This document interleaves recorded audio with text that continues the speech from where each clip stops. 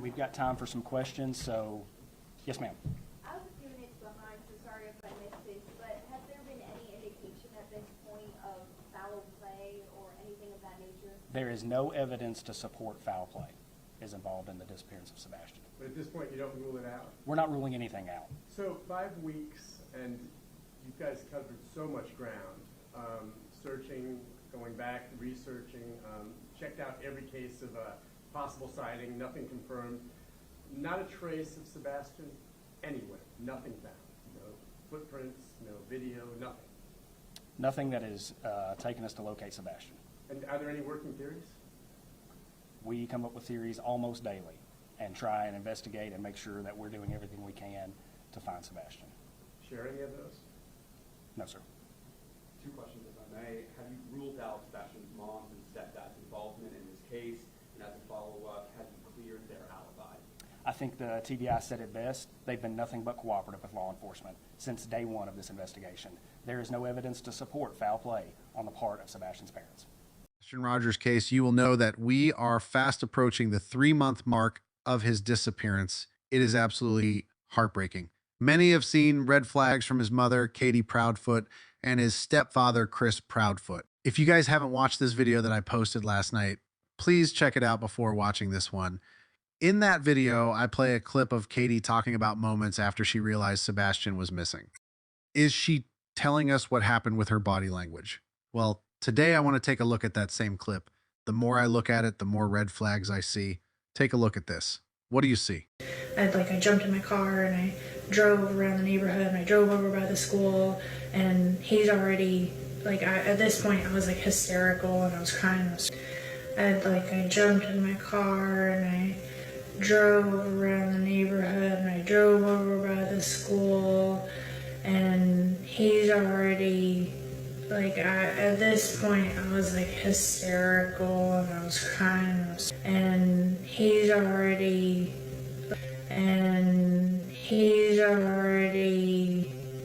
Katie is motioning towards her neck, which seems to be a gesture that many use to suggest something is done or finished or over. She says he's already, and then motions to her neck. Look at Chris's face after she said that. Just seconds after Katie said that, Chris looks pissed and he coughs like a warning to get her story straight. And he was three-wayed. He three-wayed law enforcement. Now I'm going to say this is very interesting. Is Katie actually telling us what went on that morning through these tiny slip-ups? Many are suggesting that this is the reason Katie is not going on panels like Chris, because he feels like she will slip up. We heard from Katie about 2 days ago where she just said that she is not going on panels and that her husband does not abuse her. Even that statement, people say, sounded a bit forced. Was she asked to say that? Why such a random comment? If she wanted to say something, why wasn't it about Sebastian? And it's just heartbreaking how there have been no confirmed sightings or solid leads since he vanished.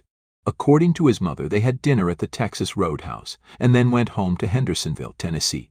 Sebastian went to bed, but then when she went to wake him up for school in the morning, he was gone.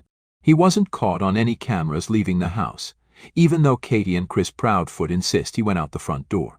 Basically, the last known footage of Sebastian before he disappeared was at the Roadhouse, which makes it extremely important. Something that many of us have been noticing is how Katie continuously scans the room. New video has now been released. They are still at the Roadhouse, but this time Sebastian gets up and walks to the bathroom. He is gone from the table for just 2 or so minutes, and even during this time, Katie continues to scan the restaurant. When Sebastian returns to the table, he actually looks in the direction that Katie is looking, to see what she is looking at, and then she looks and talks to him about something. Examining this footage, I think it is extremely important to take note of how Sebastian walks. He seems to prefer to keep his hands in his pockets too. Dog the Bounty Hunter shared this video on his YouTube channel, and we need to continue sharing Sebastian's face and story. Whatever can help recognize him, we need to put out there. Who knows? Someone may have seen something that can provide a break in the case. Let's get back to Katie's behavior. What is she looking at? Is she looking for someone? Is she looking for the person that she's busy texting on the phone? So many questions remain. I also find it really odd how the first thing Chris Proudfoot said to Seth Rogers when telling him Sebastian was missing was, "Don't be mad." Why not ask if Sebastian was with him? That could have been a real possibility. Sebastian could have run away to his dad's house, so why just assume he was not with Seth? So many red flags, but I know the answers will come out sooner or later. Sebastian Rogers' case, much like the Summer Wells case, is very close to my heart. These children went missing, and years have now gone by with no answers for them. It's the most frustrating thing for those of us praying and holding on to hope that they are found safe and sound, but it's normal to question whether that will ever be the case. Especially after all this time has gone by with no answers, no suspects, no even persons of interest named. Sebastian was last seen by his mother in his home in Hendersonville, Tennessee, and they have pretty much insisted that the only thing that makes sense is that he walked out the front door and vanished. I can't comprehend why and how Sebastian would do that and not be caught on any camera, not even a single confirmed sighting of him, after he vanished in the middle of the night. I'm not buying it. Someone knows more. This seems like a carefully orchestrated plan to me. Chris Proudfoot gave away Sebastian's snake, threw away his belongings when he didn't clean his room, and didn't want him in the house. Sebastian was in the process of moving to his father's house permanently. It is just heartbreaking and clear that Sebastian wasn't treated very well in the Proudfoot home. I've heard about pages and pages of counseling reports that Seth Rogers now has, as well as CPS reports. I want to talk about the latest photos and videos that are now being released by the Proudfoots. We saw 2 videos showing Chris's interaction with Sebastian. The one is Chris teaching Sebastian to ride a bike, and the other is Chris teaching Sebastian to use a digging machine. Then Katie is communicating with certain YouTubers as well, and providing pictures of Sebastian. This one is from his 14th birthday, and then there are pictures of the two of them together. We can see Sebastian with a big, beautiful smile on his face. Many are asking why are all these photos and videos emerging after a year of Sebastian Rogers going missing. I can't answer it, but some suggest they are doing damage control to prove that Sebastian was in fact happy and content living in their home, that Sebastian and Chris had a good relationship. We must never lose sight of the fact that it's not just a case, there is a real missing child at the center of all this, and the most important thing is for him to be found.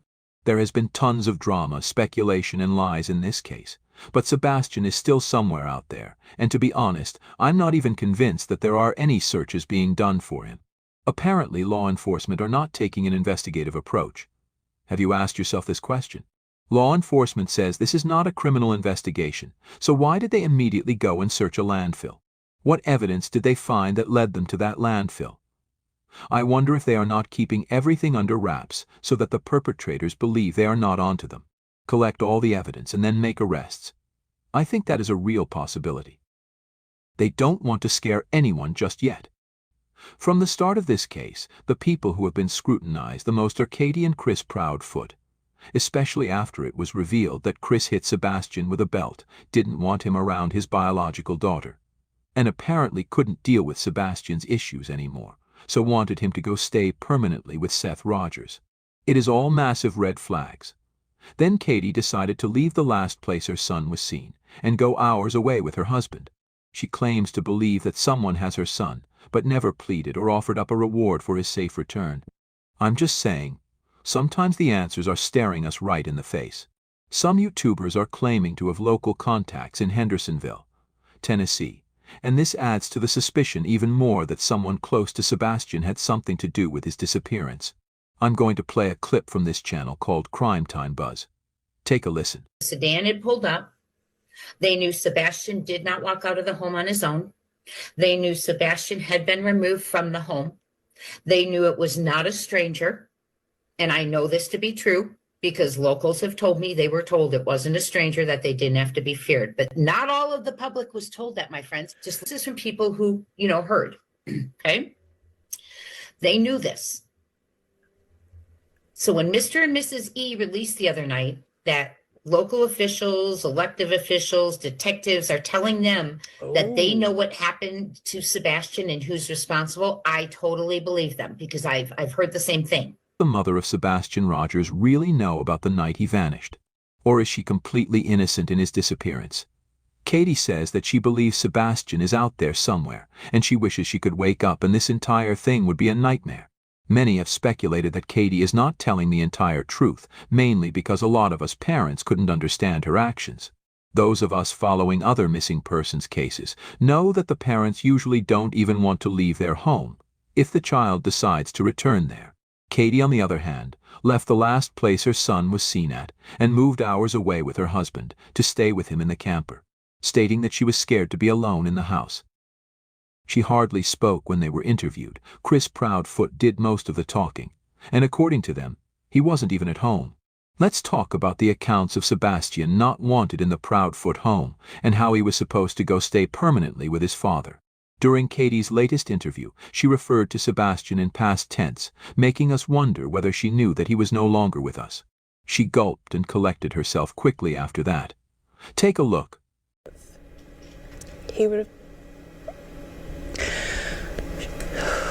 He turned 16, and he should be home for that.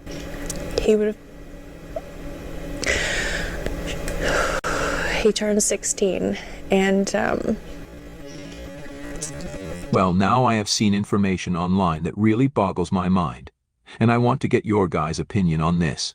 We all know that Sebastian's favorite color is green, so his mother, Katie Proudfoot, decided to get a tattoo. A green heart with a cross in it. I've seen multiple questions and comments about this new tattoo, wondering whether it is a type of commemorative heart with a cross, kind of like the ones people get after their loved ones have passed away. To me, it doesn't really make sense too. I've never come across other cases where the mother of a missing child gets a tattoo when the child is still out there missing. What is the point of it?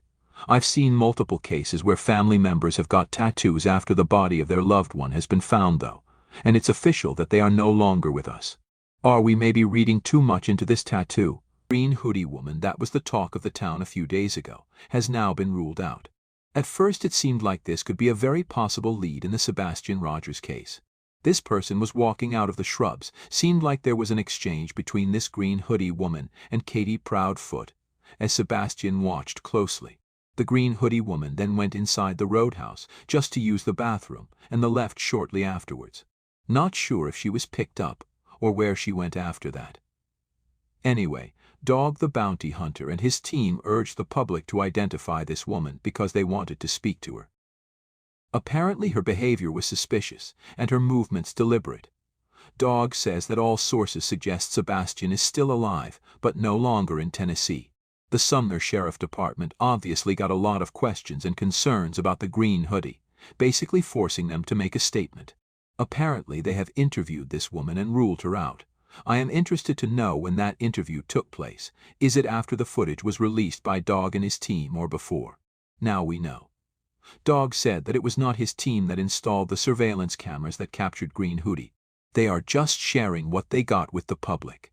After that, Sumner County Detective Carter said they also wanted to ID her and asked Dog to forward tips. He even shared Detective Carter's email, which reads, "If you want to release the Texas Roadhouse photo to see if anyone can ID that person, we're good with it. Just add us on the tips or feel free to forward them as they come in." I think it is a major problem that the green hoodie lady wasn't interviewed in the first place. It had to take the public pushing for answers to get her interviewed. Everyone around Sebastian that night should have been spoken to and thoroughly interviewed. They only interviewed Green Hoodie on the 13th December. Really concerning. Dog and his team are asking for additional footage from that night, around the area that Katie's car was driving. 1-year mark of Sebastian Rogers' disappearance is approaching. I sense the frustration of everyone following this case. The amount of emails, asking for updates, and it's so disheartening to keep reporting that law enforcement keeps saying the same thing over and over again. The case is not cold. There have been no confirmed sightings of Sebastian since he disappeared, and there are no solid leads, no suspects, and no even evidence that this child ever left his house. Let's not forget that they have no evidence of foul play. What they are basically saying is that they are no further than day one in Sebastian's case. Internet buzzing is the one that Chris Proudfoot did with web sleuths.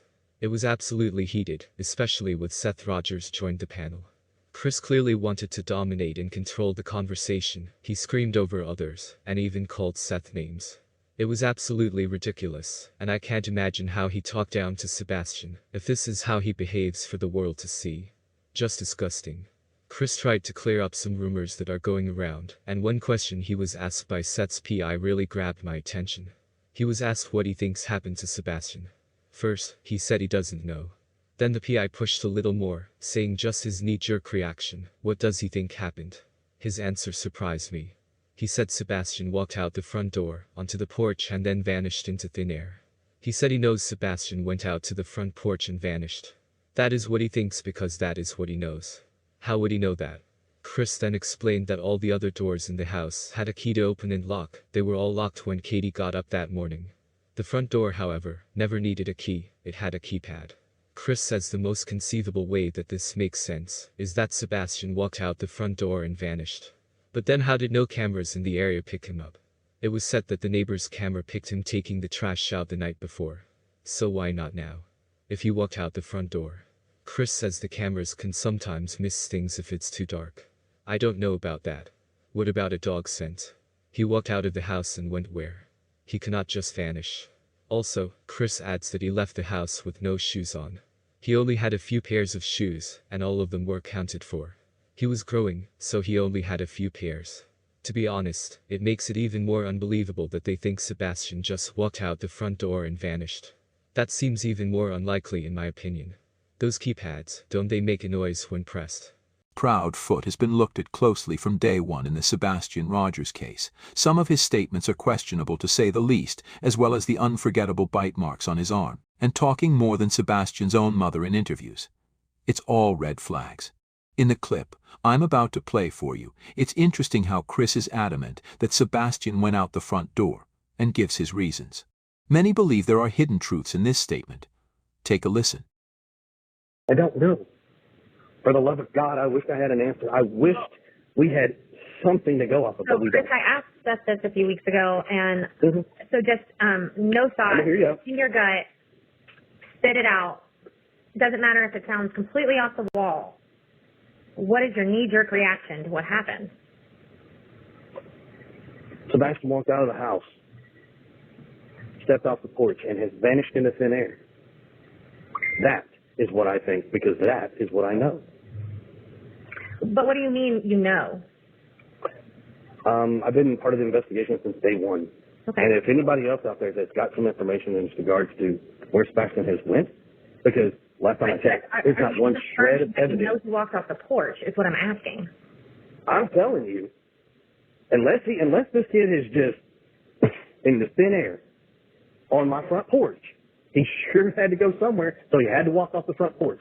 Now, if you're trying to insinuate somebody was in my house or somebody taking a child outside of my house, No, say I'm not that. insinuating anything. I'm asking, do you know that he walked out your front door? Do you know? That he went out the front door? Or any door? Is that what you're asking? Do you know? Yeah, that's what we're asking. Okay, thank you. I just need a confirmation. I don't play games here. So, just to make this real crystal clear, there's a back door. Every door in the house, when Katie got up that morning, was locked. Okay. Since it's already out there, there's a keypad on the front door. You don't need a key to unlock and lock my front door. Mm-hmm. But you need a key to lock every other door. And every other door is locked, folks. So Did Katie do that? Do Did, what? did Katie make sure all the other doors were locked, and could have Sebastian just walked out? Could he walk out the front door? Every door was locked. So what you're saying is that the only possibility is the front door. Is that what you're saying? I am saying the most conceivable way possible that this makes sense is that he walked out the front door. Okay. That's what I'm saying. Okay. Did he walk out without his shoes on? Is that what you believe? My statement earlier is real simple. Sebastian walked out of the house not wearing any shoes. Could he have been running and scared of something? Don't know. He could. It's a young boy. It's dark outside. God only knows. Sebastian Rogers lived with his stepfather, Chris Proudfoot, and his biological mother, Katie Proudfoot, in their home in Hendersonville, Tennessee. That is where he allegedly vanished from without a trace. The Proudfoots maintained that Sebastian walked out their front door, and poof, he vanished. He wasn't seen leaving the residence on any camera. There was no scent of him. Just nothing. According to his mother, she heard a thud that night, told him to go to bed. He responded, and that was the last she heard anything from him. That thud she speaks off raises a lot of questions, but anyway, in this video, I want to discuss something that Chris said a few days ago.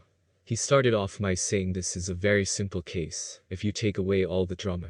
A 15-year-old boy walked away from home and vanished. That's an interesting statement. Did they think it would be that simple? A teenager, maybe wants their freedom or something, just decided to up and leave. Did they think this case would blow up the way it did? Well, here's something else that Chris said that really caught my attention. He said the best part of Sebastian's disappearance is that he managed to do this without any evidence being left behind whatsoever. Isn't that interesting? Why would that be the best thing? Does he not want Sebastian found? In my opinion, that would be the worst thing because now there's no sign of Sebastian, going on for 3 months.